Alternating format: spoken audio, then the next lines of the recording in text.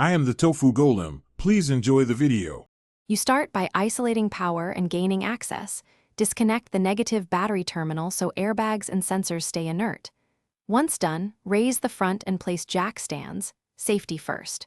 Remove any undertray and wheel liners to expose bumper fasteners. Use a trim tool to pry clips and a 10, 12, and 14 mm socket to back out bolts. Keep fasteners organized in labeled trays. Do these initial detaches now. They let you work the bumper without surprises. With panels exposed, begin removing bolts along the top of the bumper near the grille and along inner fenders.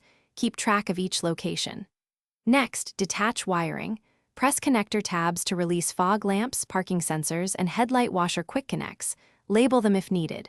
You will have stubborn plastic clips. Pry gently to avoid tearing. Support the bumper edge with one hand or a partner. Once the last bolts and clips are clear, you can ease the bumper forward for removal. Now lean the bumper forward. Clear the wheel well lips and any retained clips. Then lift it straight off and place it on a padded surface to prevent scratches. Inspect mounting points, clips, and brackets for damage. Replace broken clips or bent brackets before reinstalling so fitment is correct. If you hit alignment trouble, loosen mounting bolts and adjust the bumper in small increments, using thin shims if necessary. This fixes gaps without forcing parts. Reconnect harnesses, test lights, and torque bolts to spec. Thanks for watching. Consider subscribing if we helped you today.